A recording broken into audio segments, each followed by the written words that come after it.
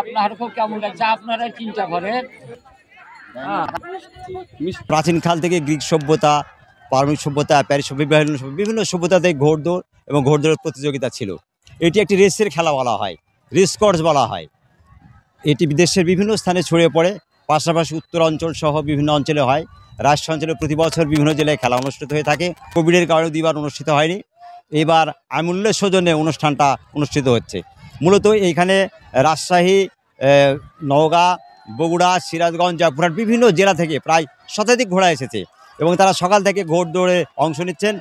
প্রথম রাউন্ডে 2 round 3 round খেলা হয়ে গেছে। আশা করি এই খেলা দর্শক যেমন উপভোগ করছে, পাশাপাশি আমাদের গ্রাম বাংলার ঐতিহ্য টিকে রাখার জন্য এরকম খেলার আয়োজন যারা করেছেন তাদেরকেও আমরা ধন্যবাদ জানাই।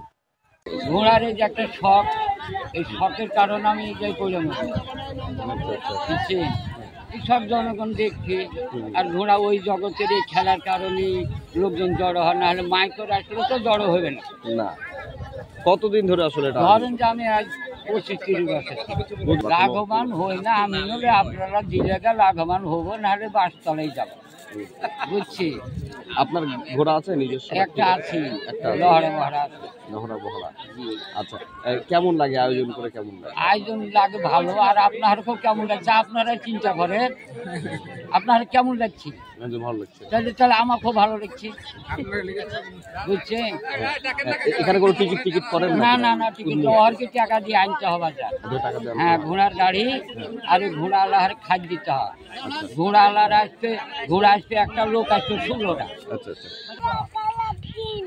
ঘোড়া খেলা দেখলা? হ্যাঁ, কেমন লাগছে?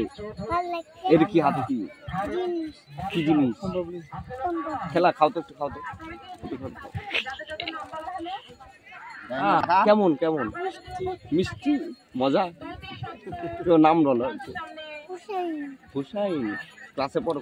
পড়াশোনা করছো? কোন ক্লাসে পড়ো? খুব সুন্দর, ভালো দেখাচ্ছে।